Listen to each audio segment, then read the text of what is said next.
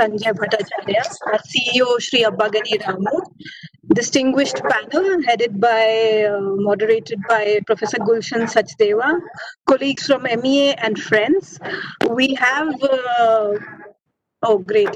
So I was just going to say that people from the European Commission might join us a little while later, but I see them already here. So at the outset, let me make standard housekeeping announcements for the discussion. Except those who are not the speakers, may I request all of you to kindly turn off your audios, please, so that we have a seamless discussion. Please use the group chat option to type in your comments or feedbacks or any suggestions regarding whatever the speaker is talking about or your questions. Alternately, you may also raise them during the discussion session, which we have started later. And the moderator would be going around taking all your questions when we begin the discussion. So with those few remarks, I would like to invite Secretary CPV and OIA and our chairman, Shri Sanjay Bhattacharya, to make his initial remarks. Over to you, sir. Thank you so much, Surabhi, and good afternoon to all our friends over here. I find we have a very, very distinguished panel. Professor Gulshan Sachdev, Alexandra Carvalho from the European Commission, Professor Jonathan Ports from King's, Gagan Sabharwal from Global Trade Development, NASCOM, and Sonu Iyer. Thank you so much for joining in this, because what we were trying to do through ICM was to develop a set of conversations where we share the best practices and look at what the experiences have been so that we can go forward in a much more constructive manner. And given the exigencies of COVID, which has posed new challenges, but we all believe that this will also pass, and migration, which is, for us, I see it as a very natural flow, which adds value and adds quality. And basically, it makes the world a much more beautiful place. So I think migration will continue, but it will probably assume some new forms. Currently, in the ministry, we've taken advantage of the lull induced by COVID to do a lot of introspection and to have a lot of engagement and conversations with the various stakeholders. And I'm very happy that ICM has been the lead on all of these. The two things that I think stood out most is that we have to work much harder in the days ahead. But there are two positive things that come out of these discussions. The first is that skills are becoming a very important element in the new form of migration. And this means that there are opportunities for upskilling, reskilling, acquiring new skills, skill matching, and to look at the markets where this is going to be much more attractive. The second is that although traditionally we have had most of our workers and many of our professionals going to certain destination countries, we now realize that there are new situations, including the fourth industrial revolution, which the impact of high technology, which bring about new migration streams. And I think this is the very, very fascinating aspect.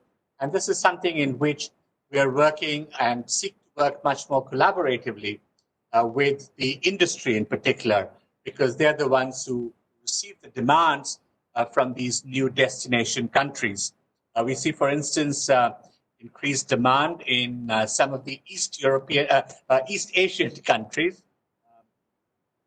For instance, we also see there are certain other regions over there where there is increasing demand for high technology, high skill migration.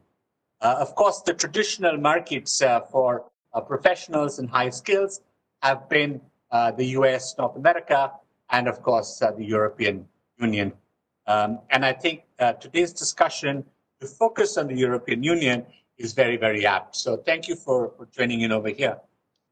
We found that also that the nature of demand in the European economy is changing. And while there are some areas where we've had in the past large number of migrants go, for instance, Italy, which is a very large demander, And then we found that there was Netherlands, Spain, Belgium have been countries that have received large number of Indians over the last several years. We find that high technology or highly skilled people from India are actually demanded, are finding resonance in a certain other group of set of countries. Primarily, we found that Germany, France, and the Netherlands have had increasing demands for high-tech Indian movements. Some of this probably is because of the nature of the economy. And I think also there is a second factor which has facilitated this process. And I think that's the blue cards that are being issued. And we've seen that if you look at blue cards, the top three countries which have provided blue cards to Indian professionals, highly skilled people, are in Germany, Luxembourg, and France. Of course, there are certain other developments that we see which have come about because of COVID. We've seen a certain exodus, which we feel probably is just COVID induced and therefore maybe temporary in nature. We've had over 10,000 people who've come back from the UK. And of course, there is the Brexit, which is unveiling and will probably come out in its full form by the beginning of next year. But we'll see how that goes. And we've also had roughly about 8,000 professionals who've come back from the rest of EU, particularly from Italy, France, and Germany, and the Netherlands. So there has been a large number of people who've come back. We would like to work with the European Union, and I think you would recall that very recently when we had the India-EU summit, which was held on the 15th of July, and then they had at that session commented on the progress that had been made under the high-level dialogue on migration and mobility, and our constant efforts to streamline the movement in both directions and to bring in the applicable migration and mobility rules. And I think this is something that I will look forward to working much more closely together with our colleagues in the European institutions, because we would like to work on the basis of a framework. And within that framework, we also have a large number of bilateral arrangements that we've had. So we have today about 12 social security agreements with several European countries. We also have migration and mobility agreement, and we are working on the labor mobility partnership agreement. And we can work on the bilateral basis in addition to the overarching European umbrella that we had. When we look at the Common Agenda on Migration and Mobility, CAM as we call it, which was actually signed in 2016, we find that a number of projects have been picked up, and we must thank the European institutions for the considerable support and help that we have received in this particular exercise. ICM has been our local partner, the Indian partner for many of these projects. And I think in many ways it has improved the level of awareness. It has brought about the modalities for the better and easier movement of professionals. It has also brought about better understanding on the two sides regarding how we can make this a win-win solution. I look forward very much to the discussions that will follow, because today's world is moving increasingly in the tech direction. It is also moving in the very highly sophisticated services. And I think we can look at possibilities where Indian technical workers, professionals, can plug into the 4IR kind of developments across Europe, where we can also fit into the service sector in the medical healthcare. And I think what we've seen coming out of COVID is that this is an area where I think there is great opportunities for collaboration, whether it is in areas like nursing, healthcare, or it is in areas like R&D for development of medicines and vaccines. And I am, as a diplomat, normally very optimistic about the future. But I always look at the gray side very carefully too.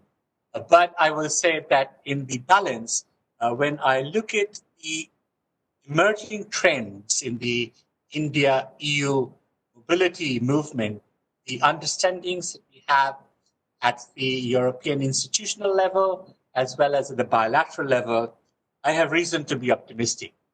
But the other thing that I believe very sincerely is that we need discussion and we need more and more ideas to come from all of you, because all of you who are on the field, who've done all the research, will be able to tell us where we have our shortcomings in terms of the understanding. And we look forward to these discussions as an input which would help us and the European institutions work together towards something that is mutually beneficial. Once again, thank you very much for joining this webinar, and we hope we have a very productive one.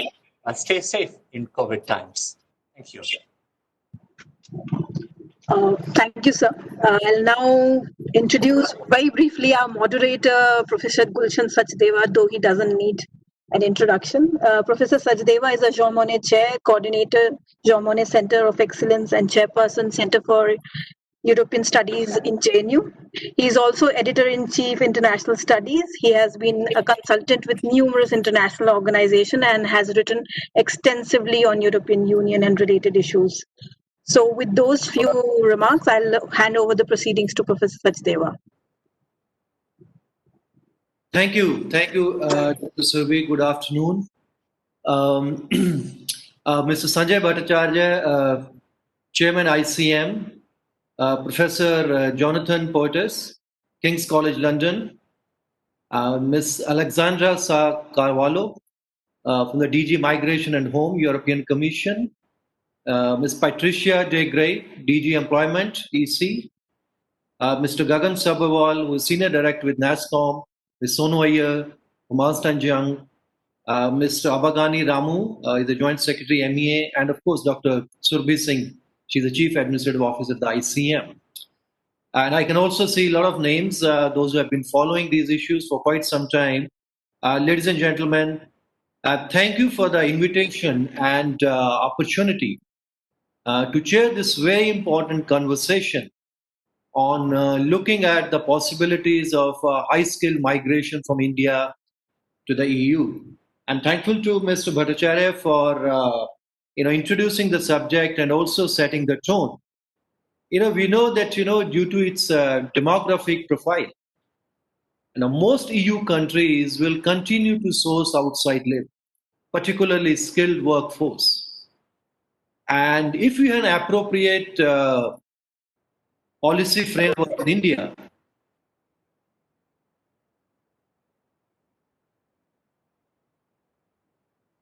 this is mainly because of India's youthful population and an elaborate higher education infrastructure.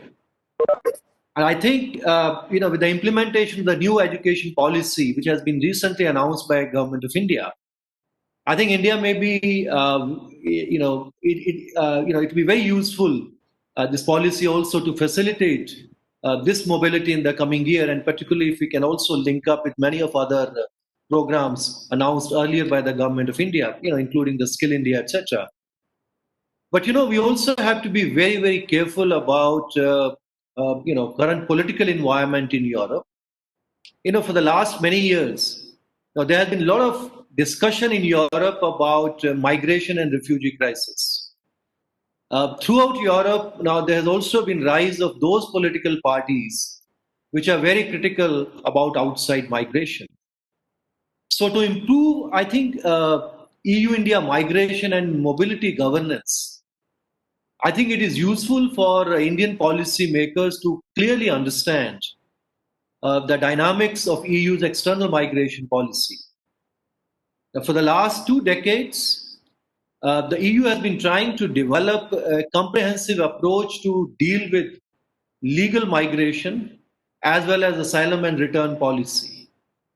Brussels is also trying to engage third countries like India through its global approach to migration and mobility framework. Now, this framework includes dialogue, like we have now with the EU, and also political, legal, and financial instruments, as well as many actions, program, and projects. Now, the EU, as we know, has a limited competence to offer legal migration into member states. Still, there are some very successful joint strategies where the EU and its member states together, they have harmonized their policies and worked out a mechanism for increasing legal migration from third countries. And one such example, which Mr. Bhattacharya also referred, is EU's blue card scheme. Now, we have seen that whenever there was any opportunity, Indians have been successful in utilizing legal forms of entry into the EU. So even when the blue card scheme is mainly implemented by Germany, now Indians have secured more than 20% of the total cards issued. And there is a lot of mobility of students and researchers from both sides, but there are also a lot of visa issues from both sides. So visa facilitation, it's not just Indian students, and researchers, they feel certain problems, but I think the similar kind of problems also faced from the Europeans researchers when they have to come to India for their research. So certain kind of visa facilitation agreement with the EU also would be very useful. Although numbers of Indian citizens are among top few countries which received resident permissions, it is still about 5% of total permits in the last few years, and a large number of them have been granted only by the UK. So when you look at the stock of at the end of every year, the numbers are even smaller. In the last few years, the stock of Indian citizens in overall permit issued at only about 3%. And within the EU, I think about one third of the stocks in the UK. The rest of the stock has been in the last few years have been issued by Italy, Germany, Netherlands, Spain, and France. And in recent years, we have also seen some increase in countries like Sweden and Poland. Many surveys and studies have also found that Indian migrants, particularly skilled professionals and students, they are viewed very positively in Europe. Now, I've been following, India-EU relations now for many, many years. But what I have noticed that conversations on migration and mobility in the last few years are now becoming more and more serious. Now, EU is India's number one trade and investment partner, and we also have strategic partnership since 2004, and since 2007 we are also negotiating. I mean, at the moment the negotiations are frozen on this VTIA or free trade agreement. Recently, we also had very successful summit. Now, but now the geopolitics in Asia is changing. Europe is also becoming more suspicious about China, and India's relations, with EU is becoming now closer. Particularly, the political relations are becoming closer. We have also seen, we also have now this, for the last many years, this migration, high-level migration mobility dialogue. So within this context, I think we can really work out a very good framework for legal migration, not only for high-skilled professionals, which of course is the focus of today's discussion, but also, in fact, perhaps for relatively low-skilled, because there is also many countries now I can see within India, within Europe, particularly in Central and Eastern Europe. You look at Poland, Romania, etc., where there is also demand for those kind of skills. And then, of course, we also have to look at the prevention of irregular migration. So apart from working with the EU, I think we also in India also have to work. Also need to have an agreement with the key member states. I mean, some of the agreements already there, like with France, but some others are under progress. So, but whatever still we know about EU India or India EU migration, it's going to change significantly in the coming years. Now, we are talking today in the middle of a pandemic, and both India and Europe has been very badly affected by COVID-19. Economic situation is very difficult, both in India and also in Europe. And we also have now Brexit, which is, it's also going to have impact. So broad parameters concerning demography may not change drastically, but I think it's still very difficult, or it's becoming more and more difficult to predict when and how economic recovery is going to take place. Which sector? Because till now we had certain, ideas, certain studies, what was happening till now.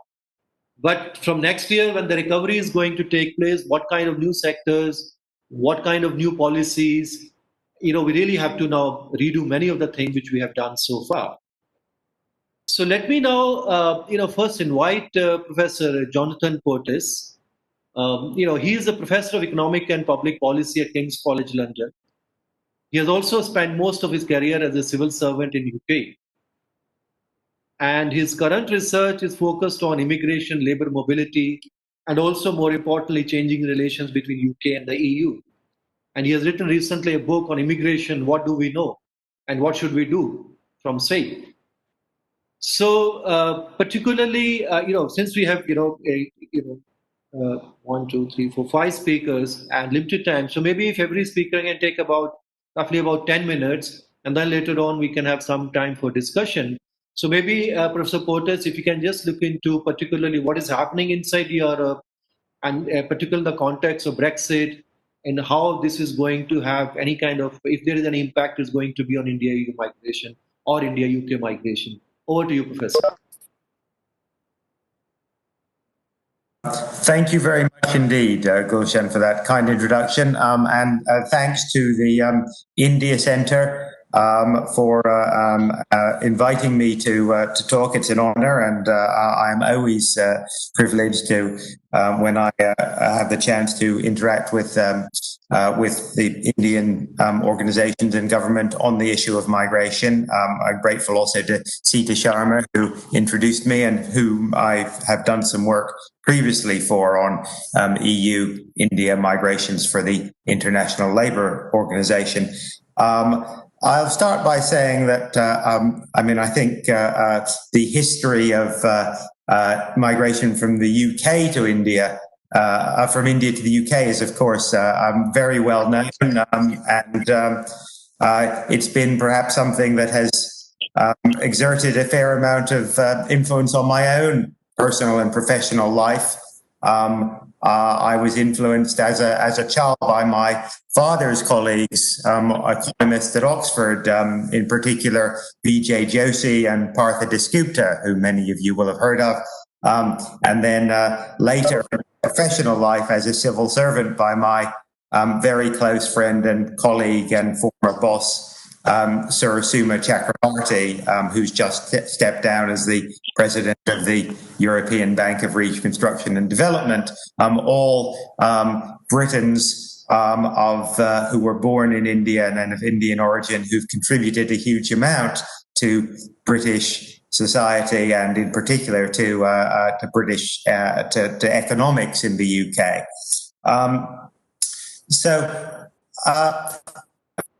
Looking back, of course, the history of migration from India to Europe has largely been dominated by migration to the UK, and in that we've seen an evolution over time.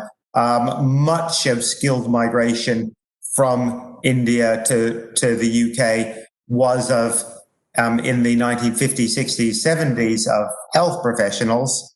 But over time, it has broadened beyond that. And particularly in the last 20 years, we've seen a huge growth in two areas I would identify. The first is in that of ICT, and we have Gagan from NASCOM, who's going to speak in a minute, and I have previously done some work with NASCOM. The migration for work purposes of skilled migrants to the EU is now dominated by the ICT field, and in particular by the new business model of NASCOM's constituent companies, which is based to a very large extent on a sort of combination of outsourcing and migration-related contracting, where some of the work is done in India, but some is done on site, as it were, by employees of NASSCOM's constituent companies. And it's notable, if you look at the statistics for skilled migration to the UK, just how much of it is dominated, first of all, by Indians, and second of all, by people coming here, particularly through what we call the, slightly confusingly, the ICT route. Here, ICT referring not to information and communication technology, but to intra-company transfers. So you have, for example, large numbers of people who work for Tata who come to the UK for periods of between a few months and a few years to work on large contracts for big UK-based companies, and that has proved to be a very successful business model for those companies, and a very, as demonstrated by the fact of popularity, regarded as very much in the interests of the UK companies who contract with them.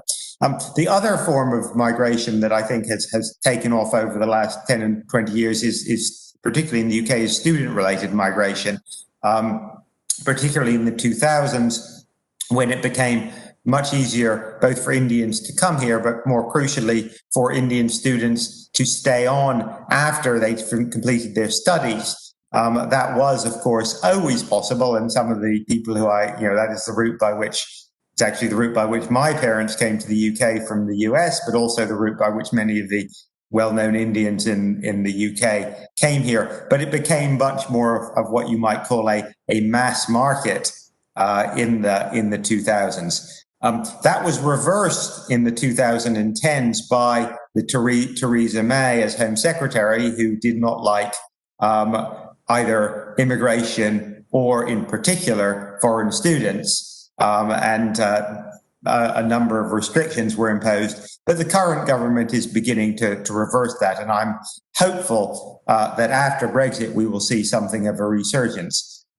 Meanwhile, in the rest of the the rest of the European Union now, of course, because we are no longer members of the European Union, Indian migration has in general been much less of an economic force. But there were attempts to expand skilled migration, and although it wasn't explicitly an objective that the skilled migrants in question should be Indians, I think in practice there was always a recognition that the sort of migrant type targeted by the Blue Card scheme, in particular, again, people with expertise in ICT, were always likely to be, in a very large part, from India. And indeed, I would say that where the Blue Card or Blue Card related schemes have been successful, it has very much been in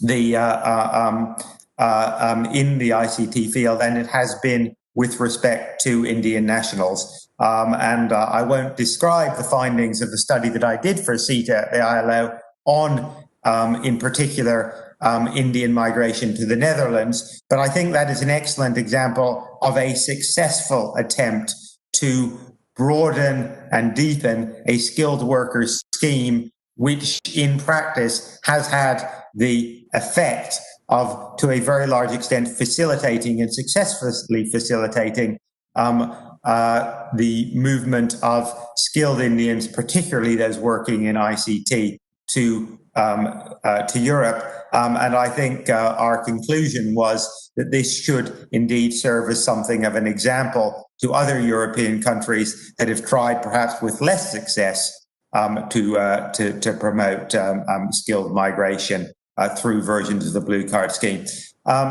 So I don't want to exceed my time. So where does that leave us now, both in the UK and in the EU? And I think, the first thing I would say was, there is a lot to be concerned about, both in terms of the economy generally and perhaps migration in particular, in respect of Brexit. As regards the India-UK migration, I think I am, perhaps for the first time in the last decade or so, relatively optimistic.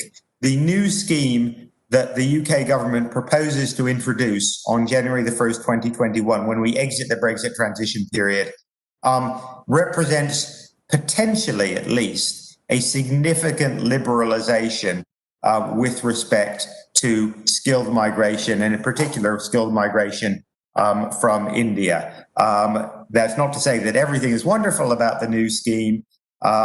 It will be much more restrictive with respect to people coming from elsewhere in the EU. But with respect to the type of migrants who come from India, it should represent a considerable liberalization. The number of jobs for which migration will be, in principle, feasible through the new points-based system is much greater than currently exists. There are new provisions for a special healthcare visa with reduced fees and reduced bureaucracy, which should facilitate the movement of not just doctors and nurses, but other medical professionals to the UK. And perhaps most importantly, the government proposes to reintroduce a version of the post-study work scheme, which very successfully in the 2000s allowed Indians who came here to study and who graduated from UK universities to stay on for a period of 2 years to work. The government's proposing to reintroduce a somewhat more limited, but still relatively generous version of that scheme, which should substantially expand opportunities for Indian students to stay on in the UK. And I hope very much that they will take advantage of that. Turning now to the European Union, I think the picture there is more mixed, but there are still opportunities. And again, to some extent, it's come perhaps from Brexit, because, of course, one of the major blockers to a EU-India accord on migration within perhaps the broader sphere of an EU-India free trade agreement was precisely the UK. The UK did not want migration to be part of any EU-India relationship because we thought that that was partly, again, a product of Theresa May's aversion to migration in general and frankly, to Indian students in particular. But with that roadblock gone, I think and would hope that the EU may be able to adopt a more constructive position towards the role of migration in the broader EU-India relationship. And the second reason why one might be more optimistic is, again, a byproduct of what, for the world as a whole, are perhaps more negative developments, and in particular, the increasing tension between the EU and both China and the US, geopolitically and in terms of trade and economic relationships. To put it bluntly, the EU needs to, with the deterioration in the EU-US relationship and the increasingly conflictual relationship on between China and the rest of the world in terms of economics and trade, the EU needs all the friends and all the cooperative relationships that it can get in terms of economics and trade. And the EU really cannot afford to be put in the position where the US is India's preferred partner in terms of trade and migration relationships. So I think the imperative is very much on the EU to adopt a constructive approach towards India that includes migration flows as part of a broader relationship. Of course, we have representatives in the Commission here, so I think, given the time, I will stop there and just say that thanks again for inviting me. And as I say, there are a lot of things to echo what the Secretary said. There are many reasons to be worried about the state of the world. There are many reasons to be worried about the state of Europe and the state of the UK. But on migration, I remain, and in particular, migration from India, I remain resolutely optimistic. Thank you. Thank you, Professor Portis, for this optimistic note. And two very interesting points you made. One, of course, is your reference to geopolitics. Now we'll come back to this discussion later because earlier, this wasn't the issue which we thought that it's going to decide, in a very big way because we were looking more technical, economic, and those are the kind of issues. But I think this is one issue which you're absolutely right might be a determining factor in many, many even migration policies in the years to come. And the second interesting thing is that so long as UK was part of EU, so this you see was a kind of a roadblock to India-EU agreement. Once they are out, now there's more opportunities between India and EU. Suddenly you see becoming more liberalized environment as far as the migration is concerned. So I think we'll come back to some of these points later for the discussion. Let me now invite Ms. Alexandra Cavallo. She's administrator at the European Commission with the DG Migration and Home Affairs. And earlier she also served as a Directorate General for the Enterprise and Industry for Autonomous Industry Unit.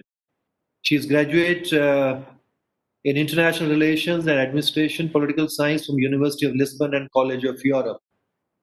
Ms. Alexandra Sakawalo.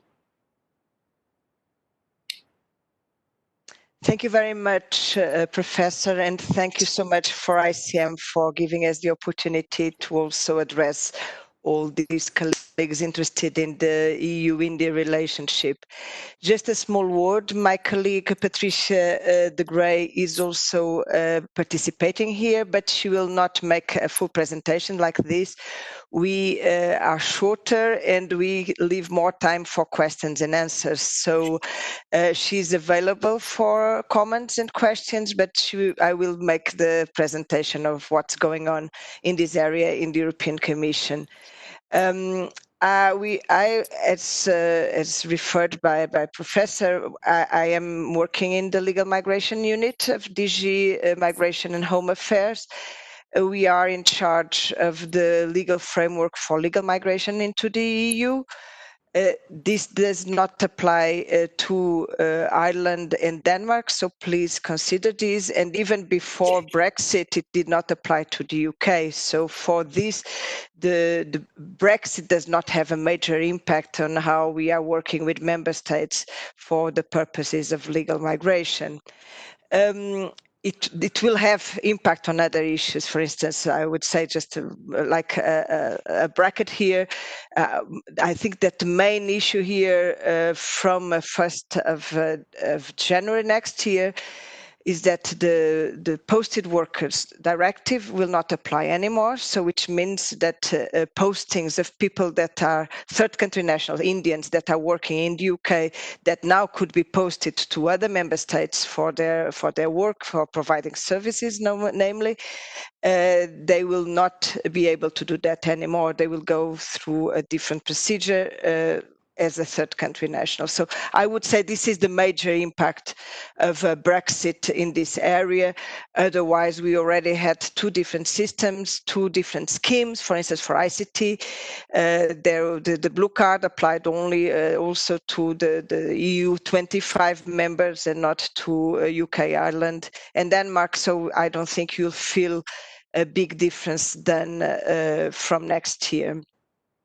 As for our legal migration framework at EU level, we have to say that it's a recent policy, and as you very well mentioned, it's it's something that is shared with member states in a very sensitive equilibrium balance.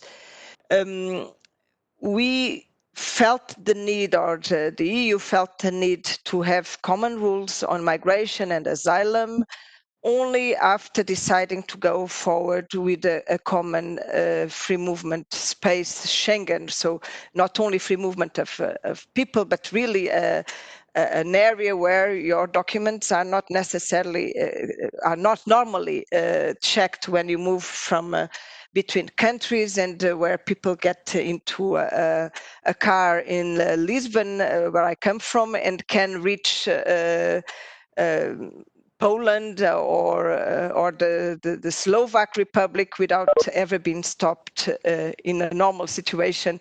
And so there was a feeling that with these Schengen rules that really facilitated movement between the member states, there should be an effort to create also measures for those third country nationals that are working in one of the member states, so that there would be a level playing field and people would not shop for easier ways to come into this open space from one member state, and also to create more trust between member states that they were applying common rules for accepting third country nationals or into the EU. Another bracket, our rules are not nationality linked, so there are no schemes for Indians or for Chinese or for Americans. These schemes that we have been developing in the last 20 years apply to all third country nationals without any nationality relevance, and we are quite eager to maintain this way. So the objectives of this policy that we developed were really, like I mentioned, to have a more efficient management of migration, creating trust between member states, and helping that the Schengen space could work well. We also had another objective that comes from the treaty, which is to ensure fair treatment of people that come from other states. So this is important.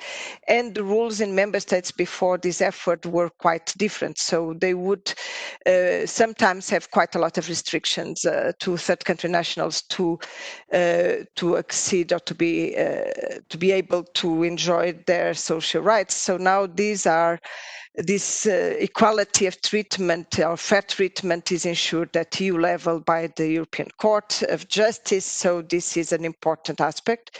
And it's also important for having trust between member states that we are not helping some kind of dumping or that people come for being exploited in the EU. We know that unfortunately the situation on the ground is sometimes less than perfect regarding what we would like to, but we have the instruments, we have the legal instruments, we have the courts working for this, and so the rules are there. Finally, another objective that we had that is not in the treaty but has become quite central to the action that we have, and that's linked to the blue card that was already mentioned and to the ICT scheme that Professor Port has also referred, and which I am in charge in the DG. We have been looking at the competitiveness of the European Union to attract foreign talent, and here indeed India and the Indian talent is quite central in this effort. We felt that we were not as good as some other spaces in our normal would say like competitors in the world. We were not as efficient at attracting and also at retaining talent as, for instance, US or Canada or Australia. So we looked a bit of what's going on, and that's why we have been working hard to have the ICT scheme working well, and it's quite a recent scheme, and we really have been focusing on making it attractive to companies in India. And here I have to give a word to Gagan, who has been really helpful on helping us in this effort to make the ICT scheme working well. We have been working also to attract more students.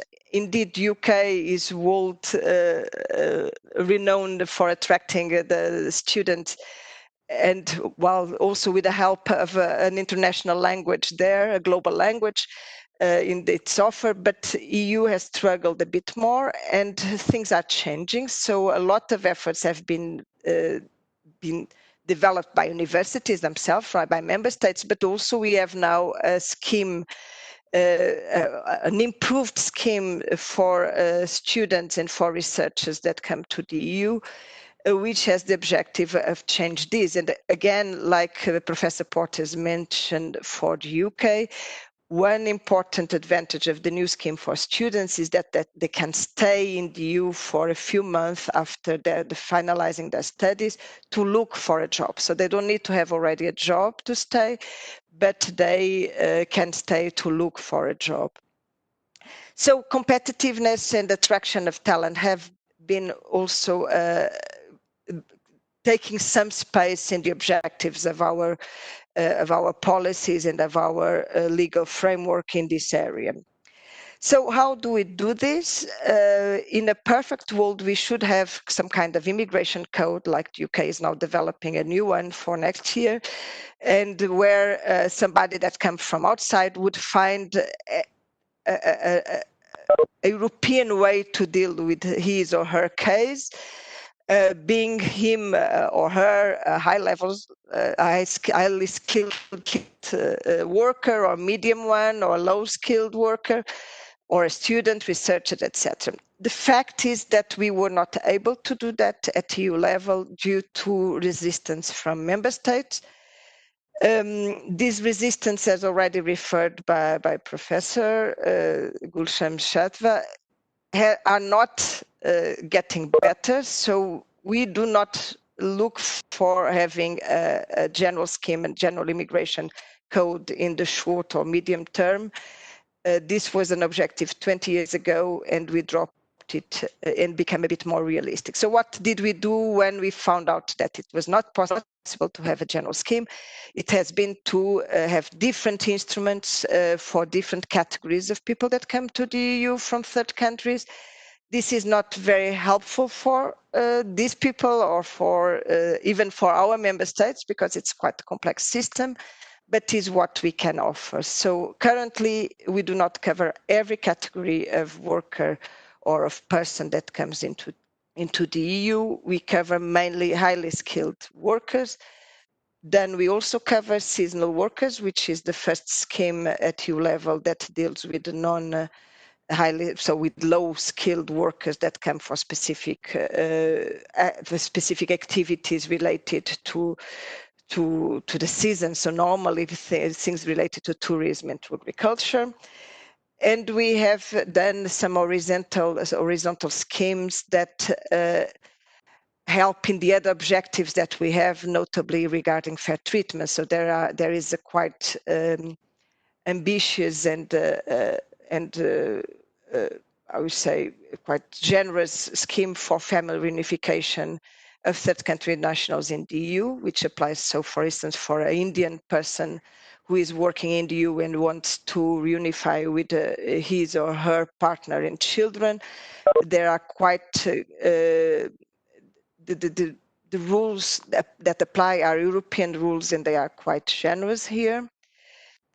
We have a quite important scheme also, or rules that mean that if you are 5 years working in the EU, or if you are legally in the EU for 5 years, you can ask for a long-term residence permit, which gives you a very, I would say, a lot of safety that you will be treated as equal to a EU citizen, and that it will be difficult to the member state will need really a very good reason to ask the person to leave the territory, and that also gives advanced rights for EU mobility, because in the EU, third country nationals do not benefit from a free movement of workers. So these schemes are horizontal. We have also a directive that establishes the general rules for issuing a permit, which is the single permit directive, and which has made member states drop the need that existed for having a residence and a work permit that are dealt differently by different authorities. So now when you get a permit to the EU, you can work and you can reside with that. And it also means that you have a set of rights that are close to equal treatment with EU citizens that are established by by European law, and so that can be challenged in the courts based on European law and not on national law. So these are the horizontal, and then we have specific rules for specific categories that I have mentioned in general. So for students and researchers, for the intracorporate transferees, for seasonal workers, and for I'm missing something. Seasonal work and the blue card, of course, that was already mentioned. Sorry, for highly skilled workers. Most of these schemes are quite new. The first three that I mentioned are quite new, so they are being implemented. So our effort now is not to revise them or to reopen them. Our objective is that they work well in the framework that exists. The blue card is different. It's older, it has more than 10 years, and we found out already a few years ago that there were improvements that could be made. Indeed, as referred before, there are only a few member states that are using it. A lot of member states are quite jealous on what they say they're migrants. So when they go through the full process of admitting somebody, they want that this person stays in their territory. So they prefer to have a national scheme. So what we have proposed some years ago was to improve the blue card, the blue card, and notably making it a single scheme for highly skilled workers in the EU, and to improve quite dramatically the intra-EU mobility possibilities for people holding blue cards. For those who follow, this has been difficult. Again, the environment for discussing legal migration is not great in several member states, not all, gratefully, but for some member states. And as I said, a lot of member states are quite jealous on their own schemes. So we will soon publish, hopefully at the end of this month, the new proposals to try to unblock this negotiation. So hopefully soon there will be a new blue card available at EU level that will try to overcome the difficulties that were felt with the current one. In between, we have to say that we are quite happy that the blue card is being more and more used by third country nationals. We had, for instance, 3,006 people using it in 2012. And in 2018, which was the year we have numbers, latest numbers, we have 32,000. So it's really almost 10 times more people using blue card. Indians, as you have mentioned already, are one of the main nationalities using the blue card. So let's say that we can still improve and try to work for using this blue card, but we are really looking forward for the revised version of this. So of course I can answer any questions on any of these schemes if these come from the participants in the seminar.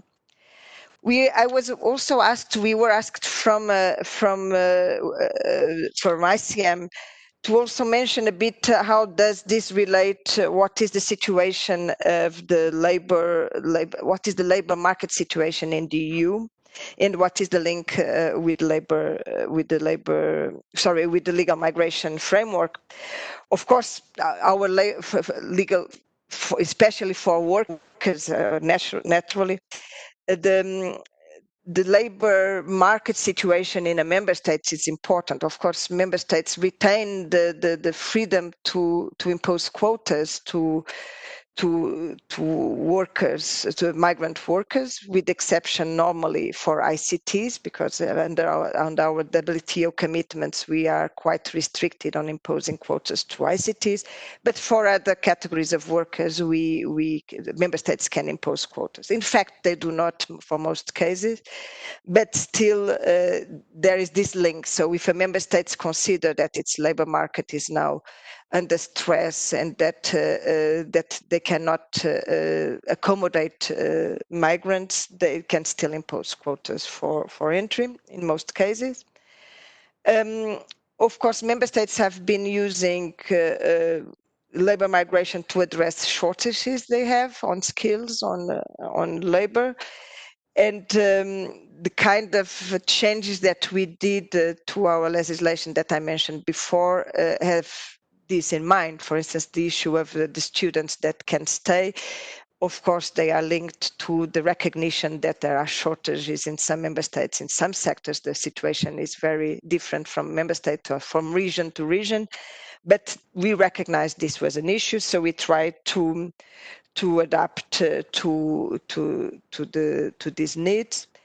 It's also noted, we can note that until the beginning of this year, the growth of labor force in the EU has been very much linked to labor migration. So it was mentioned already that the demography of the EU and the issues that are related to this. So this has been studied and it's an issue.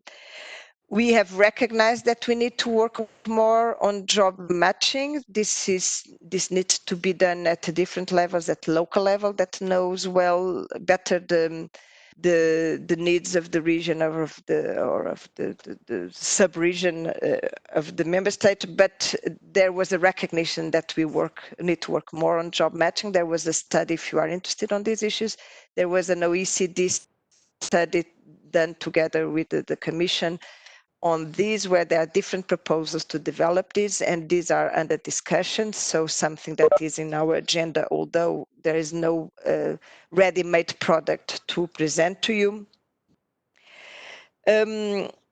We have noted, of course, regarding labor market, that each time there is a big crisis in the EU, there is also a reduction of labor migration to the EU. That's obvious. We don't need to be it's quite natural. But for instance, labor migration fell quite a lot in the EU in 2008 and 2011. So the big crisis we had recently, but it has been rising since 2014. And something that is interesting to note is that while general labor migration was reduced during this crisis, in the second crisis in 2011, we didn't feel the impact for highly skilled migrants. So it was a general impact, but there was not a reduction in the admissions of highly skilled workers. So what happens now with the crisis that we are currently feeling, and that is going quite where the impact is felt very strongly in some member states. It's still a bit too early to know what will be the impact, but I would say that from what we feel, there's more a change, as has been said before, of the needs. So probably there will be an impact on worker labor migration, or migration for work in general, but I'm not so sure. For instance, in the IT sector, I would like to hear from Gagan what are his feelings. We would say that this quick transition for a virtual workspace and school space, I would not think that for the IT sector there will be a huge impact, for instance, for the needs and shortages that were already being felt in the EU before. However, this has also shown that we can work from different places. So maybe in some cases you don't need a person to come physically to another continent to do the work. So it's really very open, and the situation is very volatile. But still, it's not a good situation for the labor market. It's the unemployment in the EU is expected to rise to around 9 to 10% this year, while the situation had been quite positive in most member states until the end of last year. There are a lot of situations of reduction of hours of work. There are situations of what in the UK is called the furlough, so the people that are paid by the state to keep their contracts. And we have also noticed that people that are more vulnerable are the ones that also are feeling more strongly this impact of the crisis in the EU, and of course this includes the migrant workers. However, we have also noticed that now that we looked a bit differently to the kind of work that people are doing, and we felt that what we are calling the essential jobs are a bit different from those we are normally used to think about as essential, we have seen also that migrant workers are represented very strongly in these essential work jobs that kept on working while we came back. While we came to our apartments or to our houses to work remotely. For instance, we have a study that points that while the third country nationals are around 4% of the population in the EU, they are around 10 to 15% of those who have these essential jobs. So it's not proportional representation. And if you go to some subsectors, like, for instance, like basic services of cleaning, of maintenance, etc., you get to a third of the jobs in the EU. So at the same time, we hope that people got a bit more the idea of how important these workers are for keeping our economies alive in the EU. So, as I said, it's very hard to make projections here on the labor market. We continue to work for that, so that the schemes that exist work well, and that as soon as the COVID measures and restrictions are raised, people can still come to the EU. Please note that we have made the recommendations to member states that are not like recommendations that they are not mandatory, but we recommend it to member states to let people in if they have already a valid permit. So hopefully you don't have many cases of people with a permit that cannot come back to the EU to their jobs when they are in India for some case. We are, of course, working still to have the blue card revised and more attractive. And we are also working to have a strong and effective dialogue with India in these areas. And so of course, we keep open to receive your comments and questions. And again, as said before, I'm very happy and thankful for being able to speak to you, I think now for too much time, but thank you so much. Thank you. Thank you, Ms. Alexandra Cavallo. I mean, I think you made 2-3 points very clear. One, of course, is that even before Brexit happened, we had two different systems. So there may not be huge significant impact of Brexit as far as the migration policies are concerned. And the second thing, whatever we might talk about geopolitics, but as far as the EU policies to attract talented workers are concerned, there is no special treatment.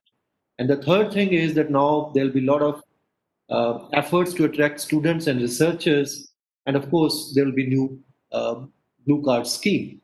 Now, maybe later on in our question and answer session, one point perhaps it will be useful for us to know in India, because as you know, the competencies are very clearly defined within EU.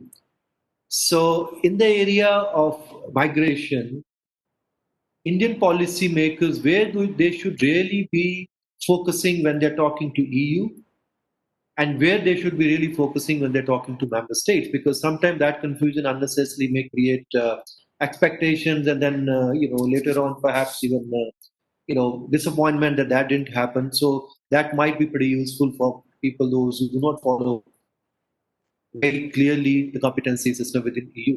So now, we have a limited time. The next speaker is Mr. Gagan Sabharwal. He is the Senior Director of NASCOM, and he leads the International Trade Policy Initiative, and he is the Head of Strategic Market Initiative, and he has rich experience of more than 22 years. And more than 16 years, within the IT BPO industry. I know that he has a huge experience, in particular in the IT sector, and with the EU, and the mobility of Indian IT professionals in EU. So, if you can just tell us, where we are and what are the major issues in the next year. Thank you, Mr. Baba. Thank you. Thank you, Professor. Thank you very much, my esteemed co-panelists. Good to see all of you. And thank you very much, ICM, for giving us the opportunity to put forward, how we see this whole in your words, migration issue. We don't like to call this as migration issue because we believe that our member companies and the constituents that we represent are not in business of migration. Yes, this ironic, this whole conference is all about migration, and but we don't do migration. We just do short-term worker mobility. So thank you very much again, Senior Secretary, Joint Secretary, and good to see you, Alex, again. Not too long ago, we did a similar initiative with Alexandra and her colleagues, with European Commission, with ILO. I think it was on 30th of April, with the group of industry members to help them gather feedback from our constituents. So let me, sort of give you an idea. What is the contribution of the Indian IT industry with respect to EU's intake of foreign workers, skilled workers, and so on. So, as I said, we use various instruments issued by European Commission while transferring workers for short-term mobility, but we never do migration because we're not in business of helping people migrate to EU or UK or America from India. As far as we are concerned, I think this also very much gels well with the global corporations, not just the Indian corporations, but many global corporations who are based in India. They also adopt a similar model. So it's all about skills. Wherever you win an order, you want a person to be deputed for a short duration of time. It's impossible for you to hire a local person and hire and fire them in 1 year or 2 years. So essentially, you have to bring in a specialist who can be productive from day one. And that's essentially what we do. But as the luck would have it, in case of IT business these days, or even earlier, the only 2 things or 3 things that travel across international boundaries are people or the human assets, the money or the capital, and the IP. So within these 3, and there's no other thing that we export or import with respect to delivering of IT services solutions. And this is true for all global corporations. So the most complex one of this is the people mobility, because when people move, their lives move. When they move, their families move, and along with them, children, dependents, parents, and so on and so forth. So it's a very complex arena. Unlike data security and privacy, where yes, that also is not that's also very complex, should I say? But when people move, they bring in their own level of complexities involved. So what I'm trying to convey over here is that while this is a migration topic and conversation, but we essentially only do short-term worker mobility, and we are not at all interested in migration. But the only tools that you possibly can make use of on which is your passport and the visas or the work permit, because unless you have those, you can't travel an international, you can't cross the international boundaries. So that's the predicament that we are in. So we like to call this as a mode 4 kind of treatment, where people are going to deliver contracts rather than making that country as their home. Some of them eventually choose to stay back, which is totally a personal decision.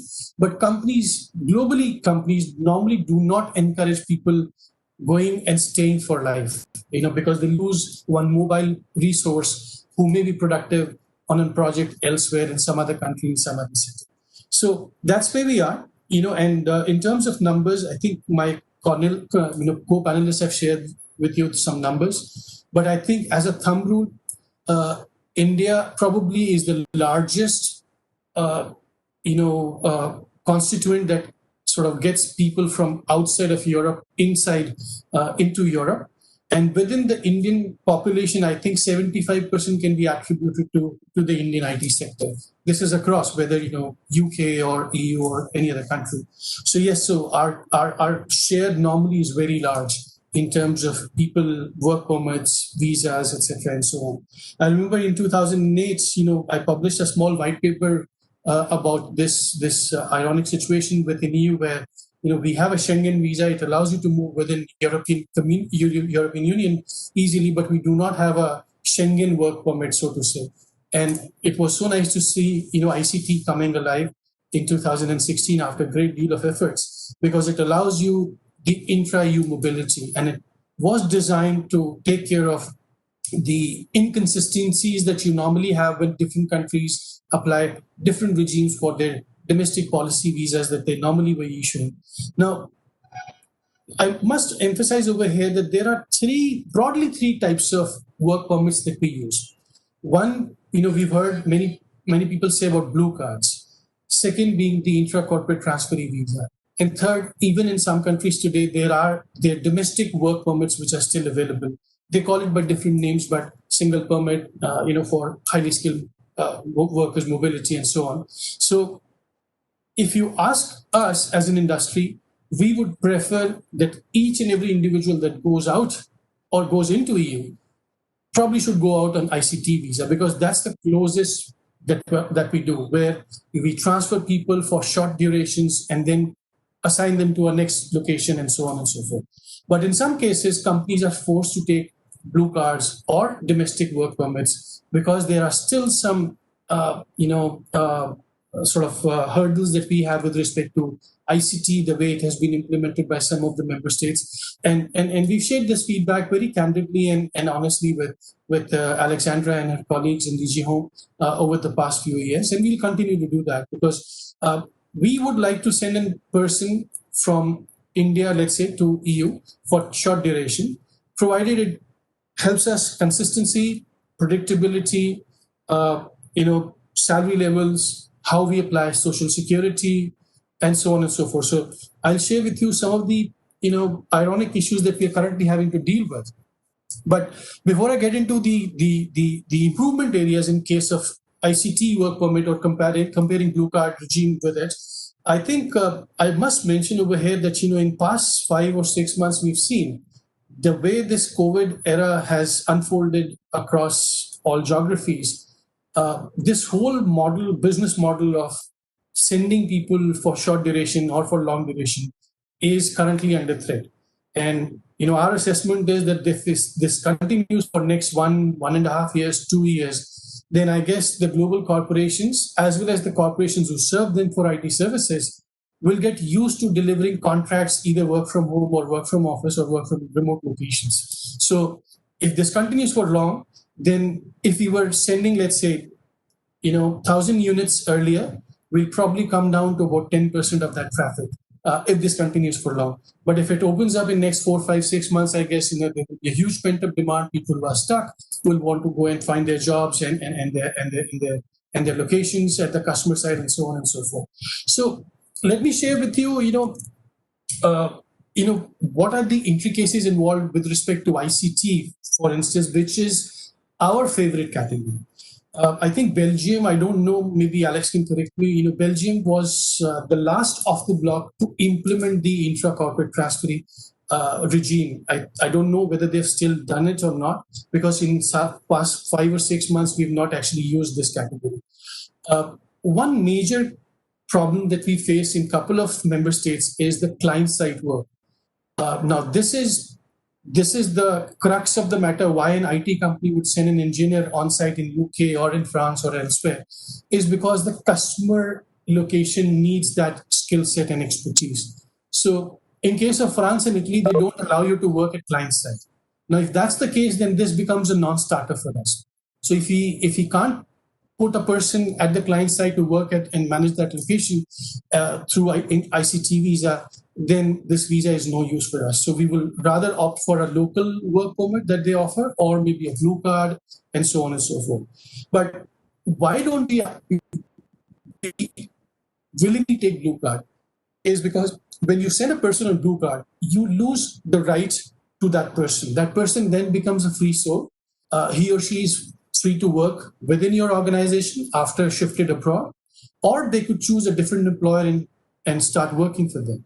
So if our companies start sending people on blue card, they essentially lose control because they can, at any given point of time, just leave the existing employer and move on to the new employer. So on an ideal day scenario, I don't think any company would like to lose that skill set that they're sending to a customer location in a jiffy. So that's the one of the reasons why we actually don't prefer blue card as corporations. Now, in case of this ICT regime was brought in to bring down the inconsistencies involved with respect to timelines, processing, and so on and so forth.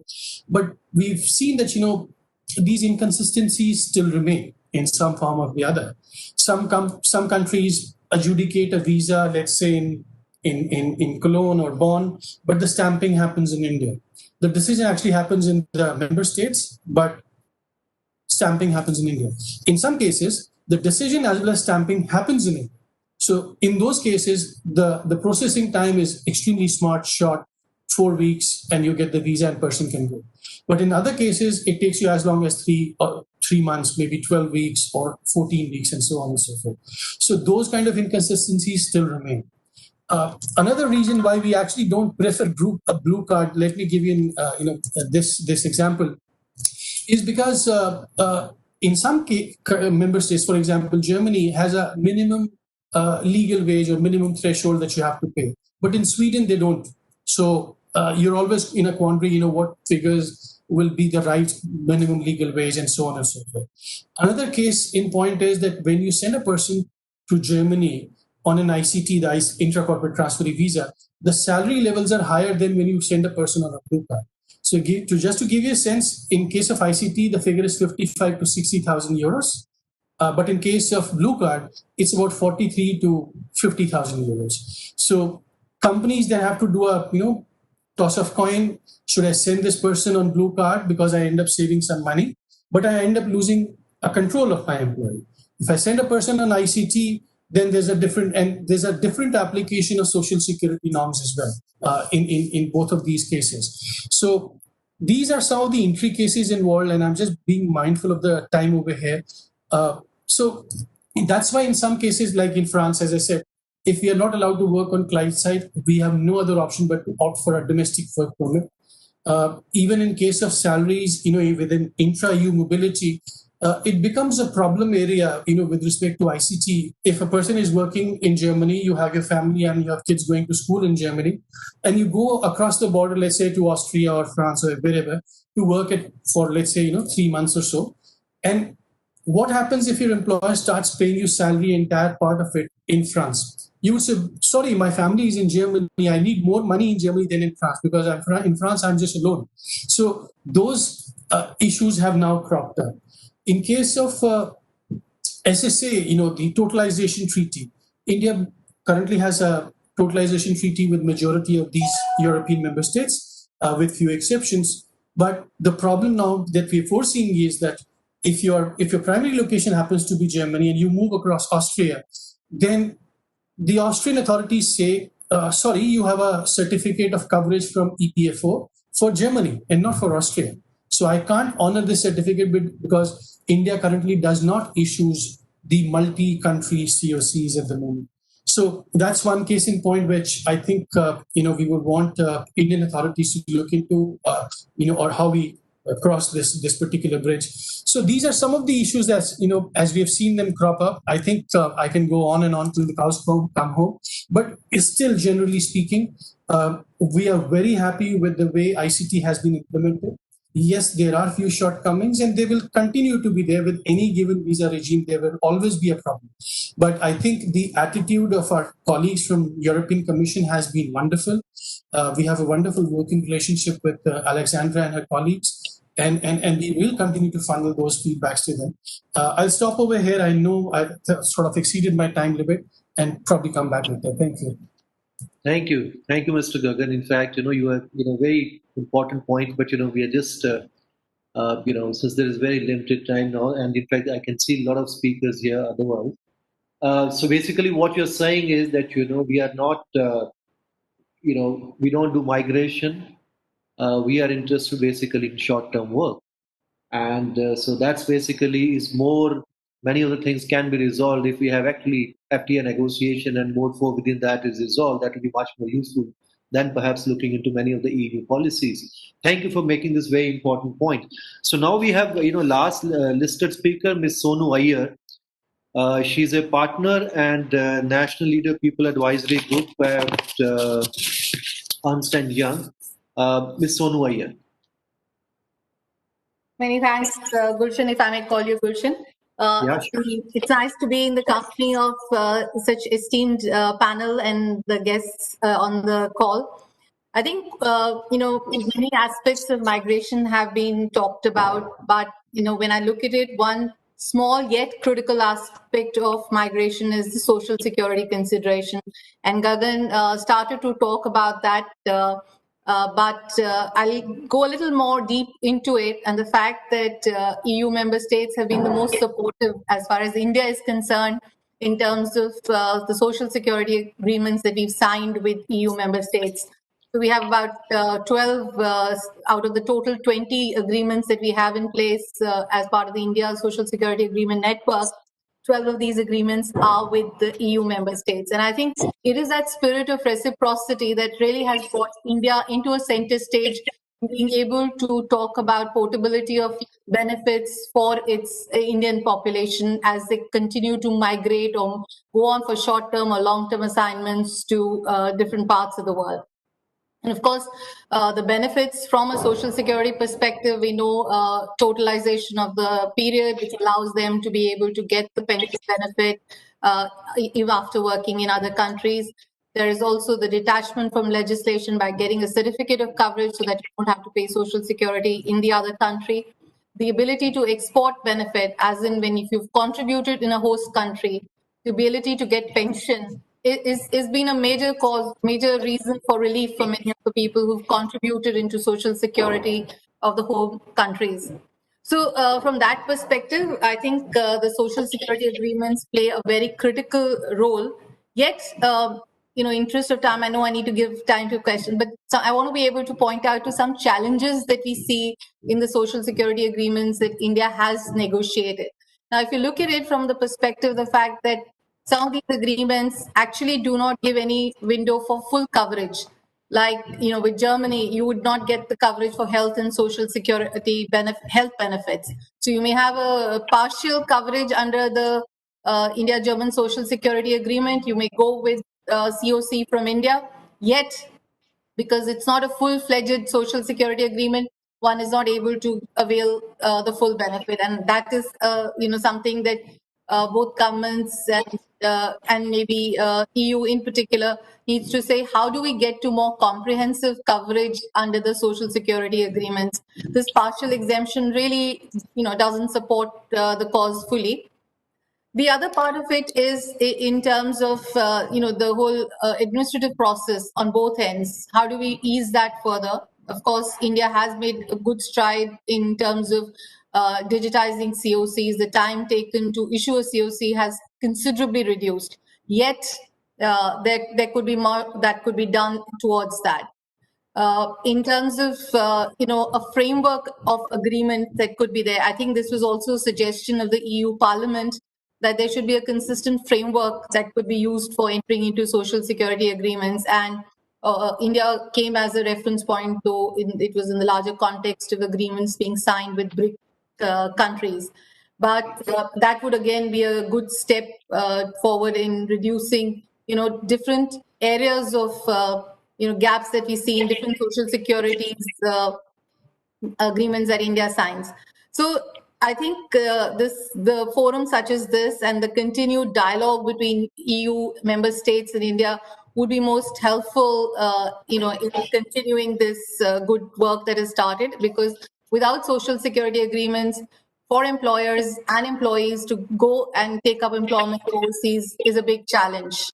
And Indian employers have benefited greatly from the agreements that have been signed. It's a cause of great, it's also a reason for great comfort for employees because, they know that they are tied back to the home country and their provident fund is safe.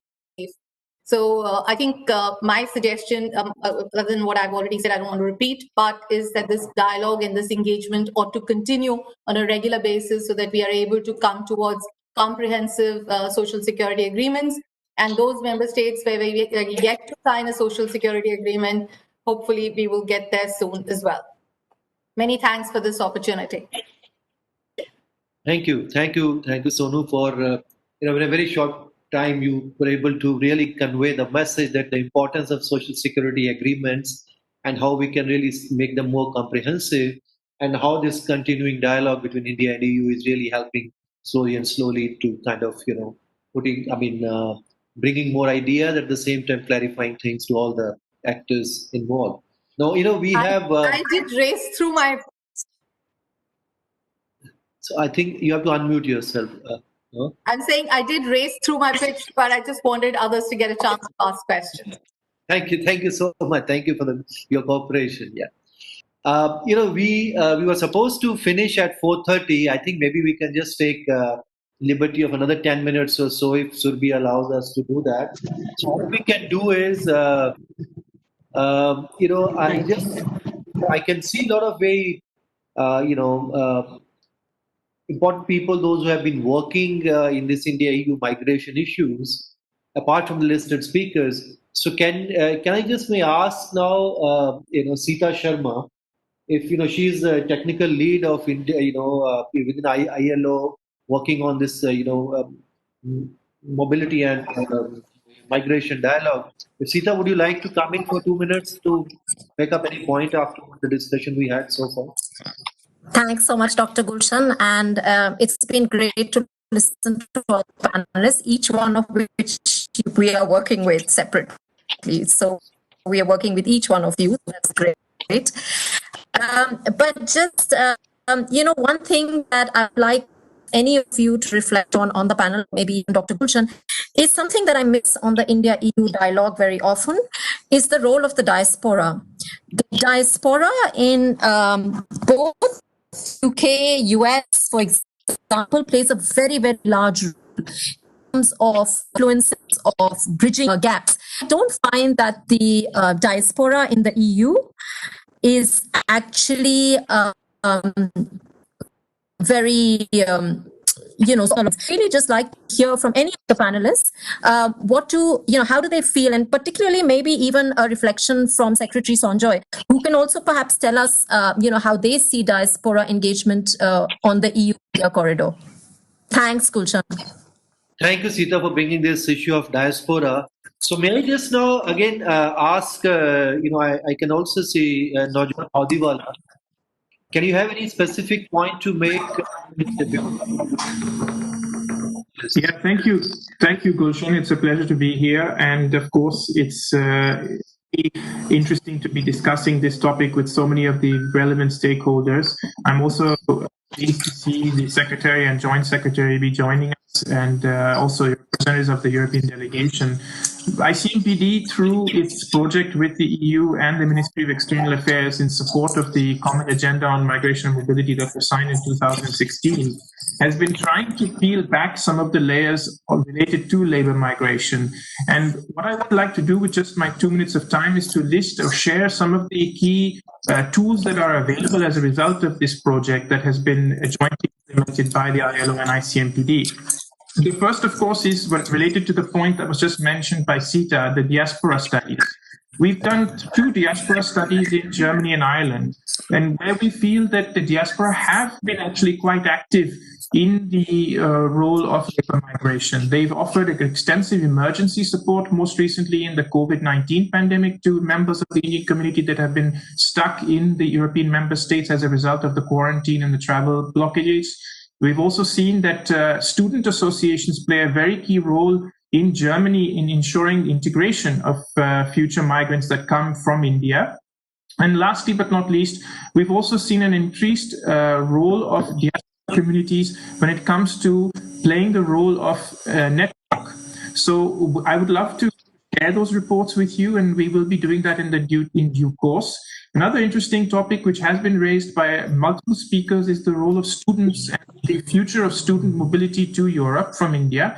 And on that regard, the project has been quite successful in lending its efforts towards a student checklist, which I think would be very interesting to the officers of the POE and the PGE that are in attendance today, because student mobility has also been plagued with a lot of false advertising or risky endeavors. And so here, the student checklist really tries to offer some key questions to students that are planning to go to Europe so that they don't get into tricky situations that can be posing a risk.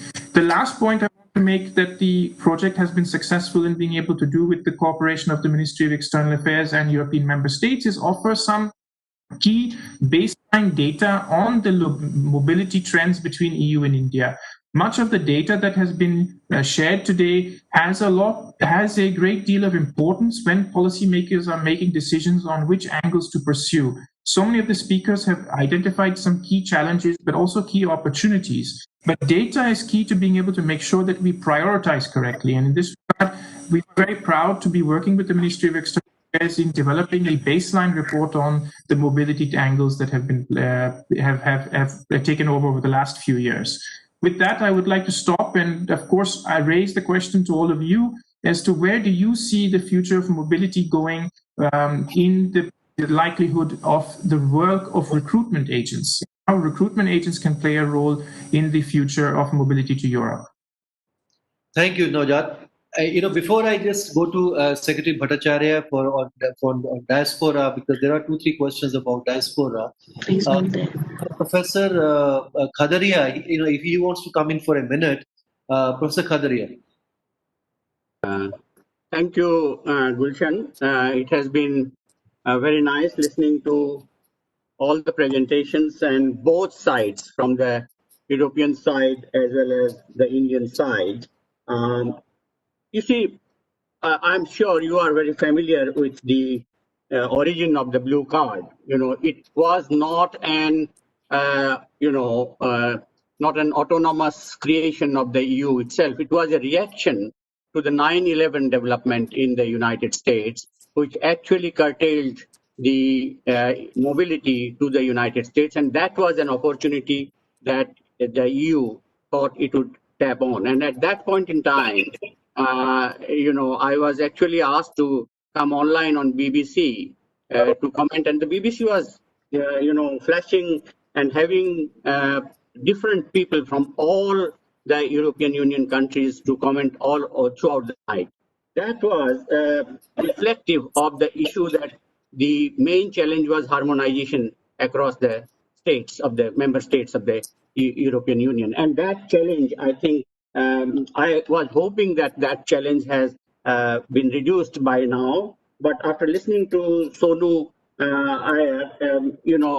I think that challenge still continues, because every state perhaps has its own, stake of a different kind, which does not harmonize with the other states. That is very, very important. And that perhaps also answers partly the question that Sita asked, that why there is no diaspora.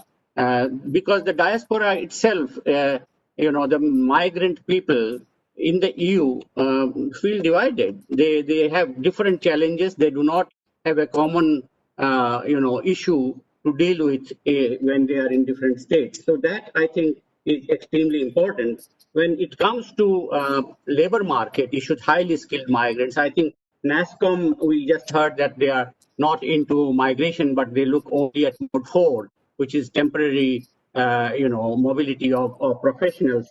I think, there was great deal of interest at one point in time when the McKinsey NASSCOM report was out, 2005. And that was actually trying to tell us what kind of trajectory the Indian IT professionals particularly would have, not only in the United States, but in countries like Germany and so on. So that the slogan that came out immediately after, the blue card, which wanted to invite about 20,000 Indian IT professionals to Germany, was the street protests, which the slogan was "In der Stadt Kinder." Why Indians? Why not German children?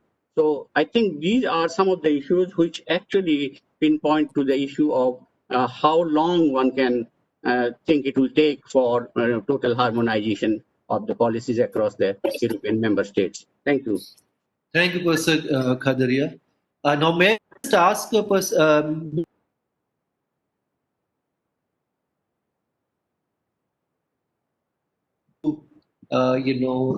involve diaspora, and what kind of engagement I mean, it's your. Professor Sajdeva, sorry to interrupt, but I think Secretary had to leave for another meeting. All right. So we may give the floor back to the speakers for their thoughts. All right. So may I now ask Professor Portis if he has further anything to add after the discussion, in 1 or 2 minutes? Professor Portis? Sorry, I'm just unmuting myself. I'll be very brief. Thank you very much for this very useful discussion. It's been enlightening to me. As I said, I think I am.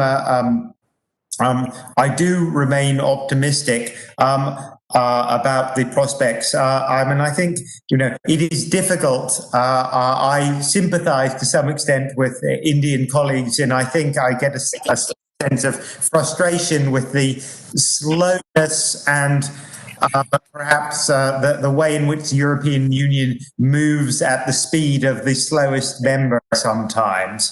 But I think there is an opportunity to inject some sense of urgency in some of the topics that have been discussed today. And I hope that, again, while Brexit overall may have many negative aspects, I think that there is a potential here for Brexit to be positive, both from the perspective of UK-India migration links and EU-India migration links, and indeed may even promote a sense of constructive competition for which of us can do better in maintaining and expanding those links in future. And I certainly hope that will be the case.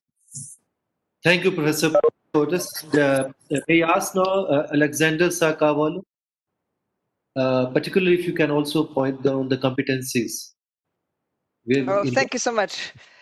It's very hard to explain the subtleties of the sharing of competence between the EU and its member states in 1 minute, but I will try.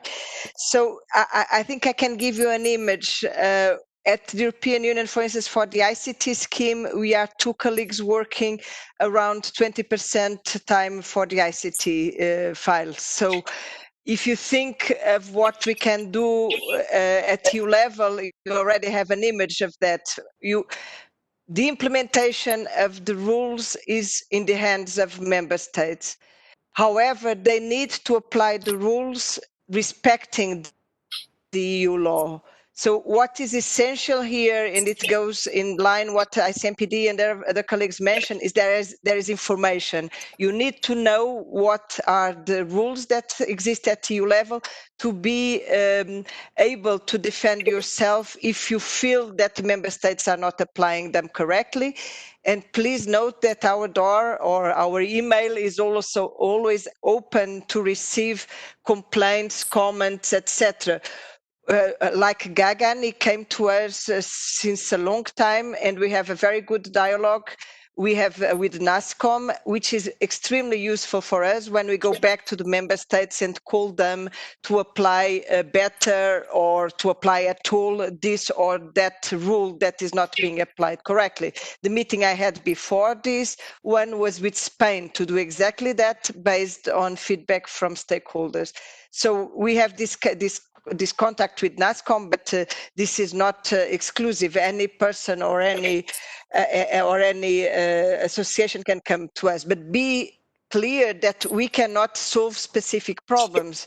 If you go into trouble in one member state or in one consulate, we will not solve this. So the member states implement the rules, the EU establishes the rules, in some cases, of course, and then verifies if these are being applied. So we are what we call the defender of the treaty, so the guardian of the treaty for this.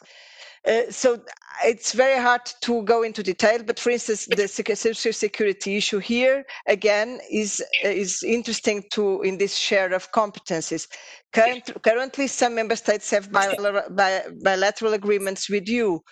There is no EU level agreement, but at the same time, there is no legal limitation not to have a EU-India social security agreement if it is the interest of India, of the EU and of the member states. So for the moment, for any social security issues, you need to deal with the member state where they occur, knowing that for the categories that are covered by EU legislation, categories of workers, you have also rules that come from the directives that apply there. So I'm not sure if I created more confusion than I tried to explain, but your first entry point will always be a member state, a consulate, or if you are already in the EU, the authority that deals with immigrants. At EU level, we establish rules and we try to ensure that they are applied by member states. Thank you so much for the discussion. Thank you. Since we also have, from DG Employment, Patricia De Grey, although in fact there was no specific question, but if she, after listening to whatever has been, discussed so far, if she has anything to add into this from, DG Employment. Hi, good afternoon. Can you hear me? Yeah, sure. Yeah, hi. No, I found this a very interesting discussion. I mean, quite obviously, as my colleague Alexandra has said, the situation in the EU is quite fluid at the moment because of the COVID crisis. And I think obviously, the focus here also has a lot been on ICT work. One of the jobs where, in fact, where all of the places where there is an increase in jobs is in ICT. So in that case, India is very well placed because obviously a lot of people are now working from home, a lot of schools as well. So there is quite a big demand on that. So in that sense, we will have to see, because there is also, unemployment has gone up. We're expecting the GDP as well to go down between 6% and 7% this year. So a lot will depend on all the implications we will have, what will be in the end. Unfortunately, this is we don't know. We see no date and no end sign, but hopefully things will start picking up very soon. So, but here in DG Employment, we are also very happy to help you. Thank you very much for inviting us. It was a very interesting discussion, and we are also there. If you have any questions, please feel free to get in touch. Thank you very much. Thank you, Patricia. Gagan, last, any thoughts? No, thank you very much for having me. I think most of this has been covered, but I think these last comments from Alexandra were extremely encouraging and interesting to suggest that India possibly can try the route out with having an SSA or totalization with Brussels as an EU. So that's very interesting. And I guess we'll leave it at that and let my colleagues share their views. Thank you. Thank you, Gagan. Sonu, are you there? Sonu, are you? Yeah, sorry, I'm trying to unmute myself. I think I'll continue on that point only, that if we can get EU and India to sign a comprehensive social security agreement, that'll pave a way for great sort of connect and build this whole migration story much better if we have an India-EU level social security agreement. Thank you. Thank you, Sonu. So, in fact, what we have. I think we covered within limited time. We covered quite a lot of issues, and this is not it's a relatively complicated issues, and particularly when we're talking about 27 countries, EU, different member states, and all the Brexit happening and the kind of economic situation. One thing, in fact, which was interesting, I think, in the discussion that.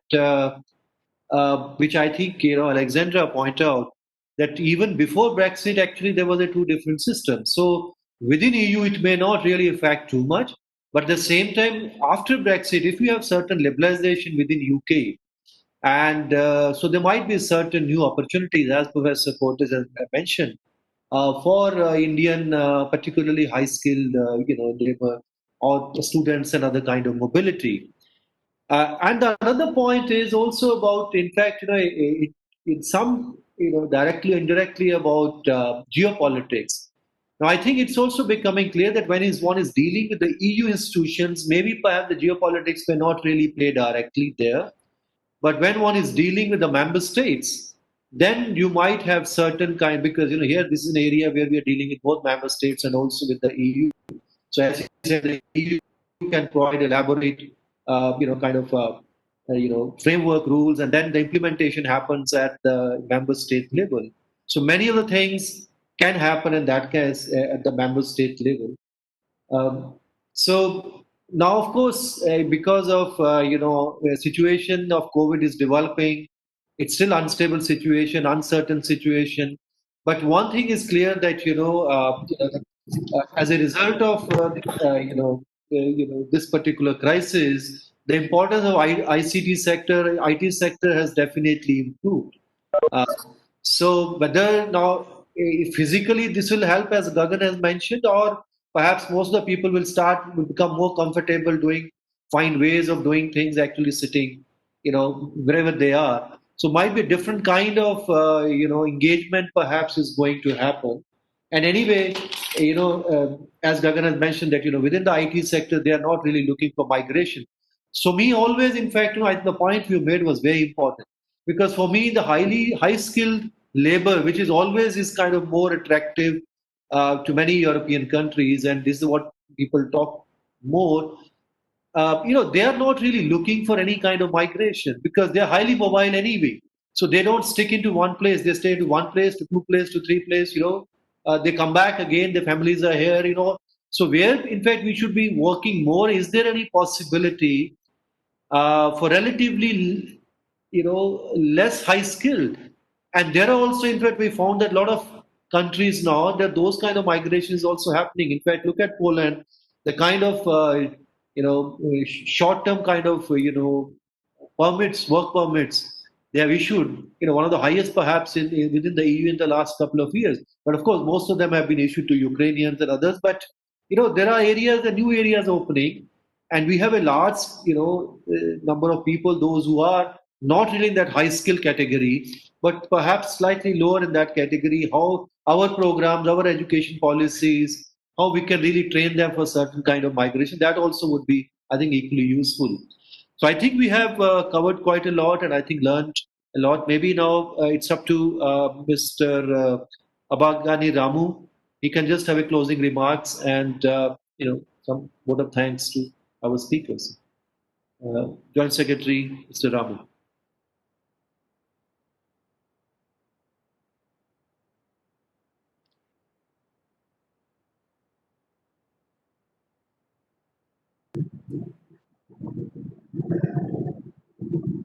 I think we'll wait for while he tries to connect. 1 minute. No problem. Sir, are you able to connect? Yeah, I'm able to see all of you and hear you. Yes, sir. Please go ahead. Okay. So before going for concluding remarks, let me answer the question on diaspora, which was addressed to Secretary. Basically, diaspora issues, Ministry of External Affairs handles in a very wide and wide spectrum of aspects. But in this case, particularly the wide diaspora is not very active in European Union countries. If you see the migration in the last few decades and maybe in centuries, so it happened into other parts of the world. And basically, the high-skilled workers movement was particularly in the English-speaking countries like UK, USA. So, considering that the migration of India in case of high-skilled workers and other skilled workers also, relatively it is a new emerging area, European countries. So that could be one of the reasons. But considering it is growing, particularly the students are going, and then maybe after 5 years, 10 years, they may be settling there, they may be working there, they will contribute in a bigger number to the Indian diaspora there. But nevertheless, the connect and engagement of India with diaspora in Europe is also becoming more and more, and especially our missions are proactive in engaging with them. And at the ministry level, we have a general engagement in form of caring them in there is an emergency, where there is a problem, troubleshooting, etc. But also we connect them, particularly the older generation, people who spent 1 or 2 generations, so to show India, new India, and connect them to their roots. So that is the way we connect them, or not NRIs and first generation PIOs. But at the same time, we also celebrate the success of diaspora, their contributions to those destination countries by honoring them. You know that a very popular event called the Pravasi Bharatiya Divas Convention, where we bring them and celebrate them. And of course, there are some diaspora reach the stage where not only contributing to the destination countries, but also can contribute to the origin country, that is India. So these are the 4 ways we are engaging with diaspora. And other point about the social security agreements, yes, this is a new area. The more number of people are going out, and there is a more pressure on our missions to have such a social security agreement from the professionals working there, so that their benefits, social security benefits can be transferred back to India. So this is a new area, but we have a one exclusively dealing with this social security agreement, and they are going. I don't have the exact number, but increasingly these are the 2 questions I want to answer. But before concluding, let me acknowledge and express my sincere gratitude to all the speakers today, particularly the moderator, Mr. Gulshan Sachdeva, and the speaker, Jonathan Portes, Alexandra Carvalho, and her colleague Patricia Digre, and Mr. Gagan Bhargava, whom I am giving the very valid and very useful for us to also keep in mind while making new initiatives, making policies. So with this, to add to one, hearing from all of you very valuable information, but let me conclude in 3 broad points. Specific.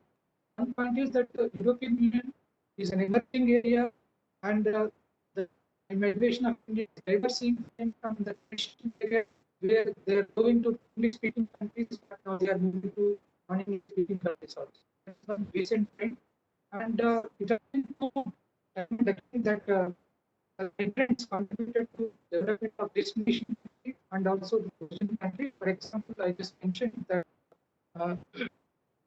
it has been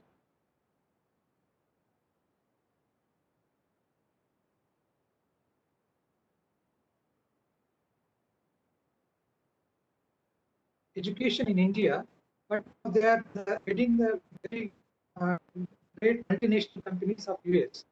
And it is not just one side, but India also has been the beneficiary of immigration. For example, the biggest industry of India, biggest industry of India is Tata, and whose family migrated 400 years ago. So now it is one of the biggest industries in India. So it is always migration has been useful for both destination and origin countries. Talking in particularly with the European Union, our interests are converging, and we have like-minded thinking, and also we are democracies, and we have tremendous areas of cooperation. One of the areas or important areas is this migration issues. Migration issue, we have a sufficient platform as of now. One is that we have a India and European Common Agreement on Migration and Mobility. It basically reviews the situation, making policies for emerging areas of migration. And at the same time, bilaterally, we are engaging with different European countries by way of migration and mobility agreements. They are increasing. So that will definitely make a good platform to take off. I think in maybe next 5 to 10 years, we will see different situation of in these countries, and the platform is there, so it is trying to take off, and there is no limit, not even the sky is the limit. This cooperation between India and Europe is of migration. So with these few words, I want to once again thank and congratulate everyone for the great contribution to this dialogue. Thank you very much once again. Thank you, sir. Before we close, I will just request everyone to kindly turn on their cameras so we could take a group snap virtually.